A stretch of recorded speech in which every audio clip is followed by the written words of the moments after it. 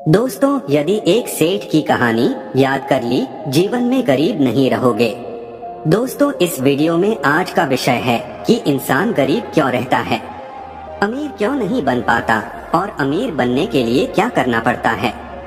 प्रत्येक इंसान हमेशा यही चाहता है कि हम अमीर बने रहे, गरीब ना हो, क्योंकि गरीबी इंसान को तन से और मन से दुखी रखती है। प्रत्येक इंसान यही सोचता है कि गरीबी हमारे कभी पास ना आए। तो दोस्तों, गरीबी कैसे खत्म होती है और अमीर कैसे बना जाता है? क्योंकि अमीर बनने के लिए अर्थात सुख प्राप्त करने के लिए हमें पैसों की आवश्यकता पड़ती है, जिसे हम लक्ष्मी कहते हैं। तो लक्ष्मी हमारे घर में कैसे आती है? हमें ऐसा कौन सा कार्य करना चाहिए ताकि लक्ष्मी हमारे घर से कभी रुष्ट ना हो? तो देखते हैं इस कहानी के माध्यम से। दोस्तों, एक समय की बात है, एक सेठ जी थे। सेठ बड़े धनवान थे। लक्ष्मी उन पर बहुत प्रसन्न थी। दोस्तों, सेठ एक बार रात्रि में विश्राम कर रहे थे। उसी समय लक्ष्मी ने सेठ को सपना दिया और कहा, सेठ जी, हमें तुम्हारे घर में रहते हुए 25 वर्ष हो गए हैं, परंतु अब मैं तुम्हारे यहाँ से जाना चाहती हूँ। सेठ जी सुनते ही व्याकुल हो गए और कहा, लक्ष्मी माता, तुम मत जाना।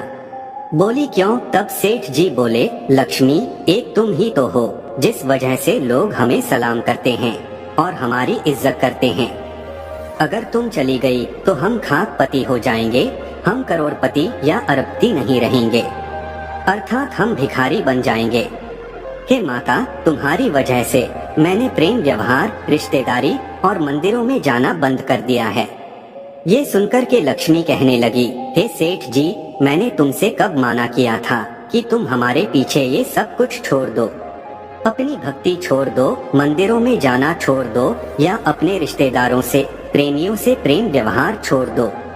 दोस्तों, लक्ष्मी ने ये शब्द सेठ जी से कहे और फिर कहा, सेठ जी, मैं जाऊंगी जरूर, मैं एक जगह हमेशा नहीं ठहरती हूँ। सेठ जी बोले, जाओ, फिर मैं क्या करूं? तुम्हारे जाने के बाद मैं तो खाकपति हो जाऊंगा। मैं आपसे बहुत प्रेम करता हूं। सेठ जी की बात को सुनकर के तब लक्ष्मी माता कहने लगी, सेठ जी, मैं तुम्हें एक वरदान देके जाऊंगी, घबराइए मत, लेकिन 2 वरदान नहीं दूंगी, खूब समझ लो, मांगो क्या मांगना चाहते हो। लक्ष्मी के ये वचन सुनकर के तब सेठ जी बोले, लक्ष्मी, अभी नहीं, मैं अपने घर से सलाह लेने के बाद तब मांगूंगा, थोड़ा समय दो माता, तुम कल आना। और सच ही कहा है, जो समझदार लोग होते हैं, जो चालाक लोग होते हैं, वह खुद स्वयं का निर्णय नहीं लेते हैं। वह अपने परिवार से विचार विमर्श करने के बाद, सलाह करने के बाद ही उस कार्य का निर्णय लेते हैं। दोस्तों, लक्ष्मी सपने से चली गई। सेठ जी सुबह अपनी चारों बहुओं के पास में पहुँचे और अपनी चारों बहुओं से कहने लगे, बेटा, अब हम भिखारी बनने जा रहे हैं। चारों बहुएं बोली, पिताजी, ऐसा क्या हुआ जो तुम भिखारी बनने के लिए जा रहे हो? तब सेठ जी बोले, रात में लक्ष्मी ने सपना दिया और सपने में मुझसे कहा कि सेठ जी, अब मैं तुम्हारे घर से जा रही हूँ, परंतु एक वरदान देकर जाऊंगी और तुम्हें तो मालूम है, अगर लक्ष्मी घर से चली गई तो हम भिखारी बन जाएंगे, खाकपति बन जाएंगे। लेकिन एक वरदान देने के लिए कहा है, मेरी समझ में नहीं आ रहा है कि मैं माता से क्या वरदान मांगूं। तब बड़ी बहू से पूछा, बहू तुम बताओ, मैं लक्ष्मी से क्या वरदान मांगूं? तो बड़ी बहू कहने लगी, पिताजी, तुम उनसे सोना जेवरात मांग लेना। बोले, ठीक है। उसके बाद में उससे छोटी से पूछा, बहू तुम बताओ, तुम्हारी क्या इच्छा है, मैं क्या लक्ष्मी से मांगूं? तब बड़ी से छोटी बहू कहने लगी, पिताजी, तुम और कुछ मत मांगना, तुम लक्ष्मी से स्कूल, कॉलेज और शहर के सारे अस्पताल मांग लेना, क्योंकि कॉलेज में और अस्पतालों में बहुत पैसों की कमाई होती है। सेठ जी कहने लगे, ठीक है बेटा। फिर उससे छोटी बहू से पूछा, बेटा तुम बताओ, तुम्हारी क्या इच्छा है, मैं लक्ष्मी से क्या मांगूं? तब उससे छोटी ने कहा, पिताजी, तुम शहर की सारी जमीन नाम कर लेना, क्योंकि जमीन में बहुत अनाज पैदा होता है। हम गरीब नहीं रहेंगे, जब अनाज पैदा होगा तो हम अमीर ही बने रहेंगे। बोले, ठीक है बेटा। फिर सबसे छोटी बहू से पूछा सेठ जी ने, बेटा तुम बताओ, तुम्हारी क्या राय है, तुम्हारी क्या इच्छा है। दोस्तों, सबसे छोटी बहू कहने लगी, पिताजी ना मुझे सोना चाहिए, ना मुझे अस्पताल चाहिए, ना मुझे कॉलेज चाहिए और ना मुझे शहर की क्षेत्र की जमीन चाहिए। सेठ जी कहने लगे, बेटा तुम्हें क्या चाहिए। तब सबसे छोटी बहू ने कहा, पिताजी लक्ष्मी से तुम यही मांगना। जब लक्ष्मी तुम्हारे सपने में आए और वरदान मांगने के लिए कहें, तब तुम यही मांगना। यदि हम गरीब हो जाएं, तो हम बहू बेटों में हमेशा प्रेम बना रहे और कुछ मत मांगना। दोस्तों, चारों बहू की बातों को सुन करके सेठ जी वहाँ से चले गए। और जब रात्रि हुई तो सेठ जी ने विश्राम किया। और जब विश्राम किया तो लक्ष्मी जी सपने में आ गई और कहने लगी, सेठ जी मांगो, अपने परिवार से घर से सलाह ले ली होगी तुमने। मांगो क्या मांगना चाहते हो, लेकिन एक वरदान मांगना, दो मत मांगना, क्योंकि मैं तुम्हें एक ही वरदान देकर जाऊंगी। सेठ जी कहने लगे, माता मैं एक ही वरदान मांगूंगा, दो नहीं मांगूंगा। लक्ष्मी ने कहा, तो मांगो, क्योंकि मैं जाना चाहती हूँ। सेठ जी कहने लगे, हे माता, यदि आप चली जाओ तो हमें एक वरदान ये देकर के जाओ।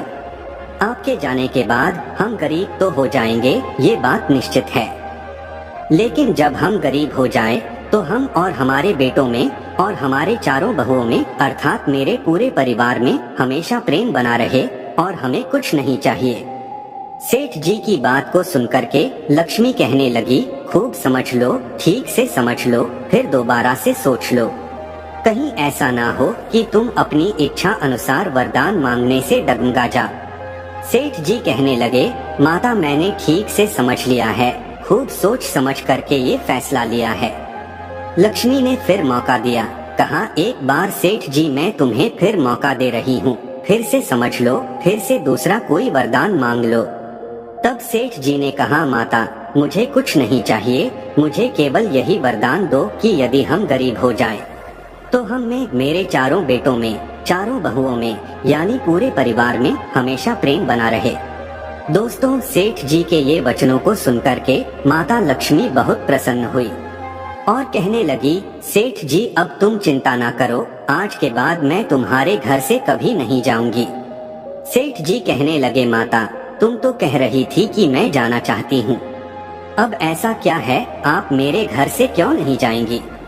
तब लक्ष्मी ने कहा, हे सेठ जी, यही तो कारण है कि जहाँ प्रेम होता है, जहाँ सहनशीलता होती है, जहाँ परिवार में एक दूसरे से प्यार होता है, एक दूसरे से प्रेम करते हैं, जहाँ कलह नहीं होता, जहाँ लड़ाई झगड़ा नहीं होता, वही तो हमेशा में रहती हूँ।